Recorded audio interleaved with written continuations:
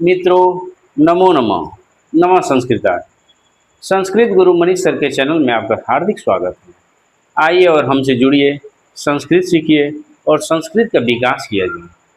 और संस्कृत में अच्छा स्कोप है। संस्कृत का वैकेंसी हर जगह हर एक साल देखा जाता है और एक अच्छा विषय है और हमारे पुरातन साहित्य से भी जुड़ा हुआ है। इसे देववाणी भी कहा जाता है संस्कृत को। और आज मैं आपको बहुत अच्छा श्लोक सुनाऊंगा। माँ सरस्वती का वंदना किया जाए और इसमें यति कहाँ कहाँ हो रहा है, कहाँ कैसे लय हो रहा है, इसको आज हम लोग सीखेंगे। सरस्वती वंदना है। सारे लोग आंख बंद करके और मन में ही प्रार्थना करिए। या कुंदेन्दु तुषार हार धवला या शुभ्रवस्त्रान्विता या वीणावरदण्डमण्डितकरा या श्वेतपद्मासना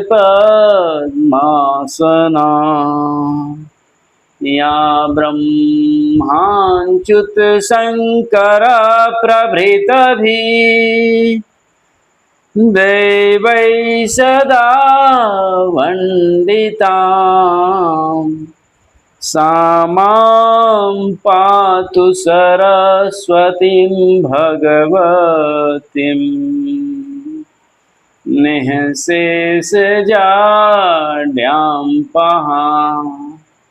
और ऐसा हम कामना करते हैं माँ सरस्वती से कि हम जिस भी चीज़ का पढ़ाई करें या तैयारी कर रहे हों उसमें हमें सफलता दें और आपकी कृपा हमारे ऊपर सदा बरसता रहे।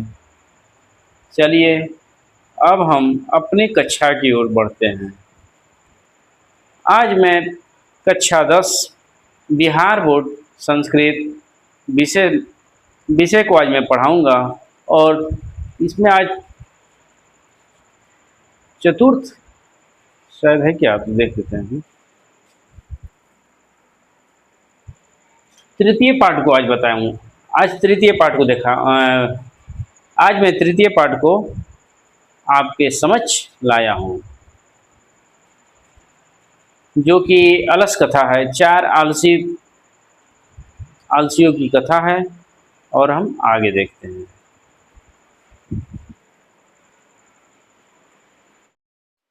मित्रों, नमो नमः।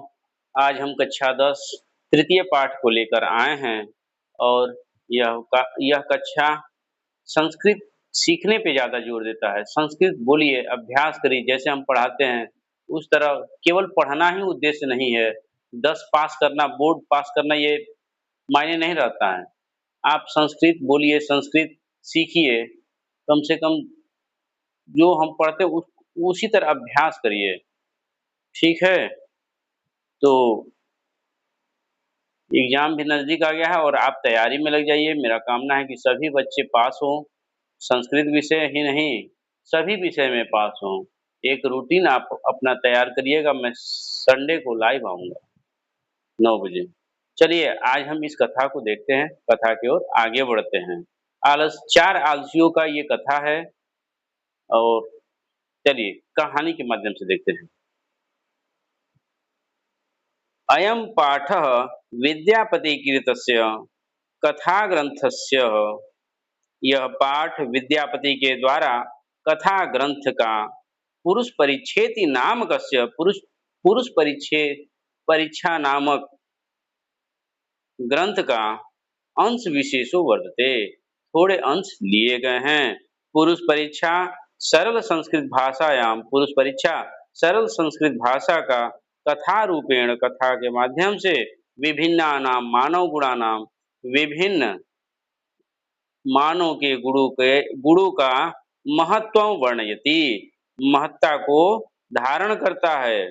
दोषाणाम च निराकरणाय शिक्षाम ददाति, और उनके दोषों के निराकरण के लिए शिक्षाम ददाति, शिक्षा देता है। विद्यापति लोकप्रिय मैथिली कवि आसीत। विद्यापति लोकप्रिय मैथिली कवि थे। अपि च, और भी अधिक अपि च बहूनां संस्कृत ग्रंथानां निर्मातापि, और भी बहुत सारे संस्कृत ग्रंथों को उन्होंने लिखा है। विद्यापति आसीत् इसी इति तस्य विशिष्टता संस्कृत विषयो अपि, और उनकी विशिष्टता संस्कृत भाषा में भी बहुत अधिक थी। संस्कृत विषयो अपि प्रभुता अस्ति। संस्कृत भाषा में भी उनकी विशिष्टता बहुत थी। प्रस्तुते पाठे, यह पाठ आलस्य नामकस्य दोषस्य निरूपणे व्यंग्यात्मिका कथा प्रस्तुता विद्यते। यह पाठ आलस्य नामक दोषस्य निरूपणे, दोषों को निरूपण के लिए व्यंग्यात्मिका कथा, व्यंग्यात्मिक कथा प्रस्तुत किया गया है, यानी कि हास्य कथा है। नीतिकार आलस्यम, और नीतिकार आलसियों को रिपु रूपम मन्यते। रिपु मतलब शत्रु होता है, रिपु शत्रु के रूप में मानते हैं। अब देखिए आगे बढ़ते हैं। आसित मिथिलायाम विशेश्वरो नाम मंत्री। मिथिला में विशेश्वर नामक एक मंत्री थे। स च स्वभावात, और उनका स्वभाव दानशीलम करुणा कारुणिकश्च, और उनका स्वभाव दानशील करुणामय, सर्वेभ्यो दुर्गतेभ्यो, और सभी दूर प्रदेश से आए हुए लोगों का, जो मार्ग में भूखे प्यासे लोग रहते थे, उनको क्या करते थे? अनाथे अनाथेभ्यश्च, और अनाथ लोगों के लिए प्रति इच्छाम भोजनम दापयति। प्रत्येक दिन उन्होंने क्या करते थे? उनकी इच्छा अनुसार उनको भोजन देते थे। तन मध्य, उसी बीच अलसेभ्यो अपि अन्न वस्त्रे दापयति, उसी बीच आलसियों को भी अन्न वस्त्र देते थे। यतः, आगे बताया गया है, यह श्लोक अच्छे से देखिएगा और मिला मिला के पढ़ लीजिएगा। निर्गतीनां च सर्वेषां अलसः प्रथमो मतः, किंचिन क्षमते कर्तुं जाठरेणापि वह्निता। एक बार और देखिए अच्छे से।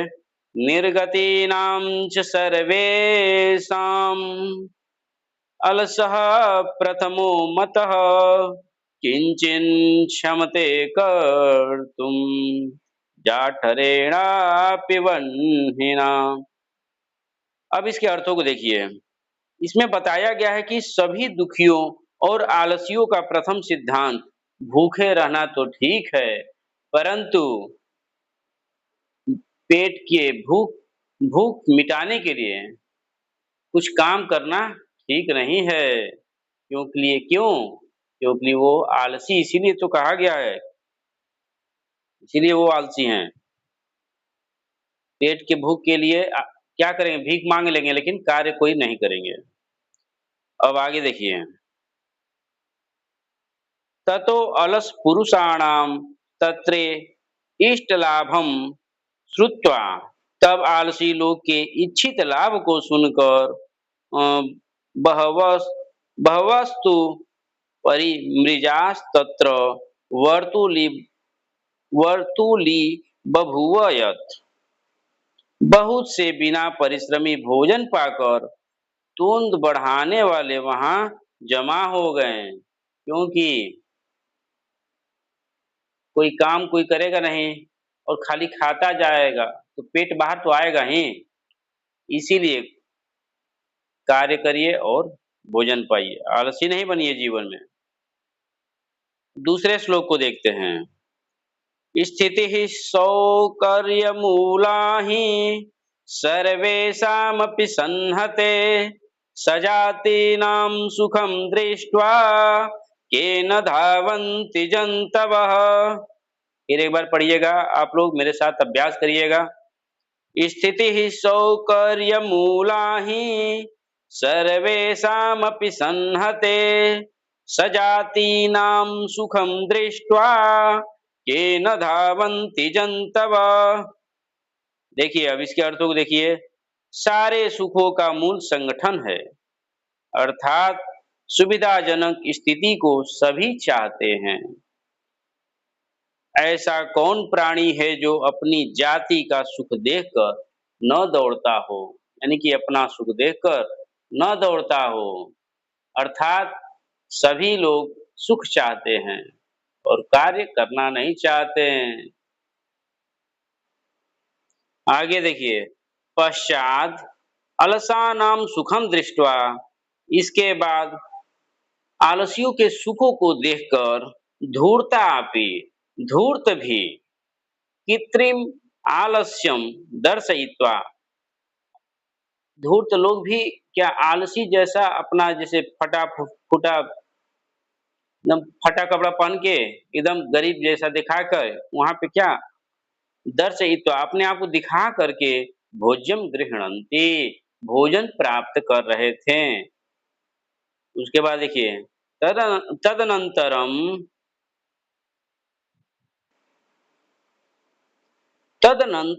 तदनंतरम अलसशालायां बहुद्रव्यम दृष्ट्वा, इसी बीच आलसियों पर बहुत अधिक खर्च देखकर तन्नियोगी पुरुषय, तब संयमी नियोगी पुरुष लोग परामृष्ट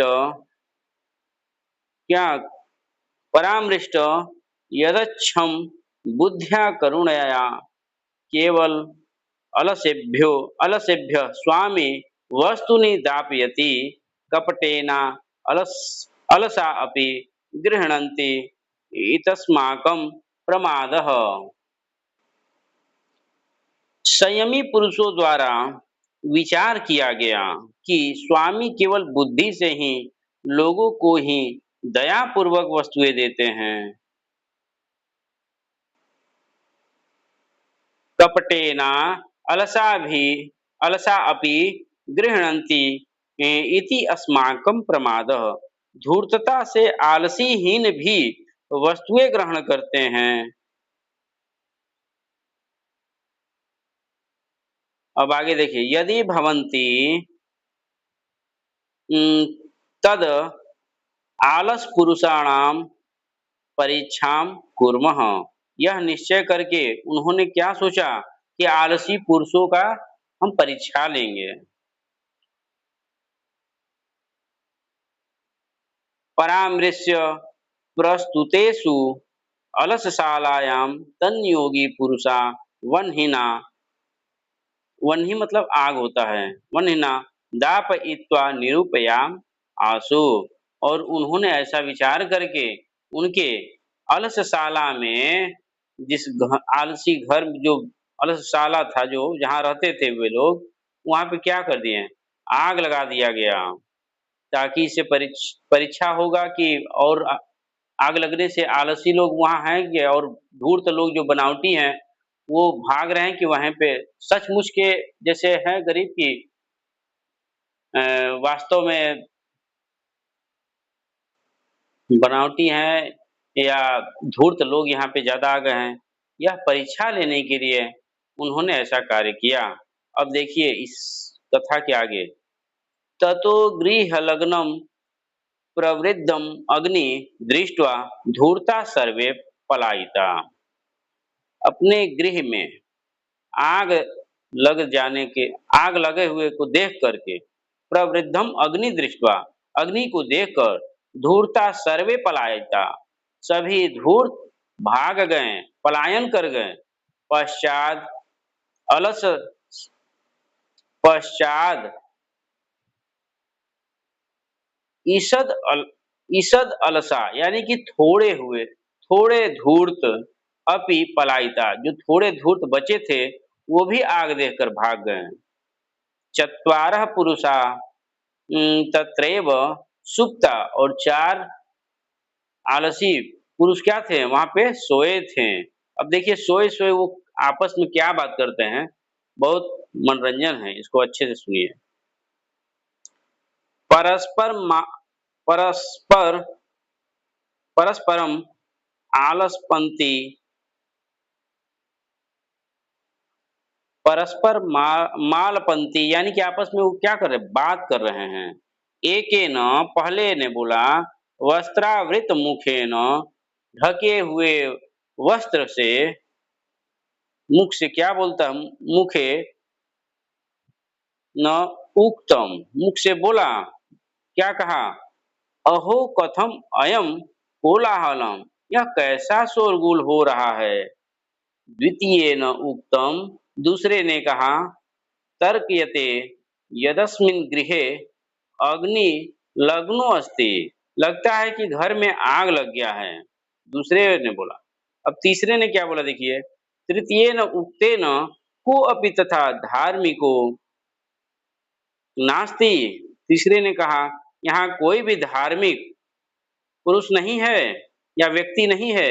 यह इदानीम जलाद्वैर वासो भी कटैर्वास्मान प्रावृणोति प्रावृणोति, ऐसा कोई धार्मिक पुरुष नहीं है जो भीगे हुए कपड़े से चटाई हमारे ऊपर रख दे। तीसरे ने बोल रहा है, देखिए अब चौथे ने बोल रहा है, चतुर्थे नुक्तम अये वाचाल लह, चौथे ने बोला, अये वाचाल कति वचनानि, कितना बोलते हो,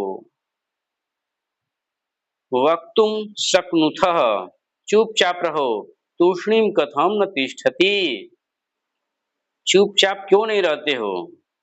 चौथे वाले ने बहुत ज्यादा लग रहा है डिस्टर्ब हो रहा था, उसके सोने में विघ्न नहीं होना चाहिए। आगे देखिए, ततः चतुर्णाम अपि तेषाम एव परस्पर परस्पर अलापम श्रुत्वा वह्नि च प्रवृद्धम येषाम उपरि पति पतिषु अंतं दृष्ट्वा नियोगी पुरुषै वर्धभयेन चत्वारो अपि अलसा केशे वास केशेषु वाकृशस्य गृहीत्वा गृहाद वही क्रीता। देखिए इसके अर्थों को क्या कह रहा है, ततः चतुर्णाम अपि, तब चारों का आपसी वार्तालाप, तेषाम एव परस्पर अलापम श्रुत्वा, आपस में बातचीत को सुनकर, वन ही च, और उसके ऊपर फैली हुई आग को देखकर, पतिषु अंतम दृष्टवा, नियोगी पुरुष वर्ध भयेन, नियोगी पुरुषों ने देखा कि आग लगा है और ये भाग भी नहीं रहे, तो क्या किए, चत्वारो अपि अलसा, चारों आलसियों के केशों को पकड़ करके, केशेषु अवाकृष्य गृहीत्वा गृहान बहिकृता, बाल को पकड़ करके घर से, अलसशाला से बाहर निकाल दिया गया। उसके बाद देखिए इस प्रकार, पश्चात अनालोक्य तैर्नियोगी भी पठितम, तब उन्हें इस प्रकार देखकर संयमियों द्वारा पढ़ा गया। क्या बोलते हैं, श्लोक को देखिए, पतिरेव गति स्त्रीणाम बलानाम जननी गति, नालसानाम गति काचिन, अलोके कारुणी करम बिना। एक बार और देख लीजिए, पतिरेव गति स्त्रीणाम बलानाम जननी गति, नालसानम गति काचिल, लोके कारुणिकम बिना।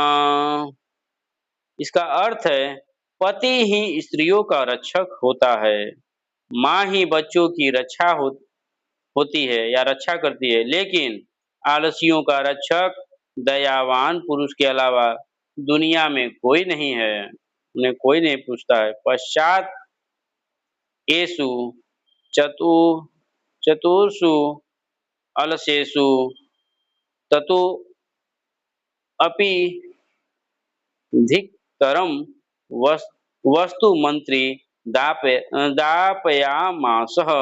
इसके बाद मैं चारों आलसियों को और अधिक वस्तुएं मंत्री ने दिलवाई। इस कथा से क्या आदमी सीखा कि आलस नहीं करना चाहिए। आलस करने वालों को कोई नहीं पूछता है। खाली खा खा के पेट नहीं निकालना चाहिए। और यदि इसका क्वेश्चन आंसर चाहिए तो मैं वो भी करा दूंगा। कमेंट करिए, लाइक करिए। यदि वीडियो अच्छा लगे तो लाइक करिए, सब्सक्राइब करिए और अपने मित्रों साथियों को शेयर करिए। धन्यवाद।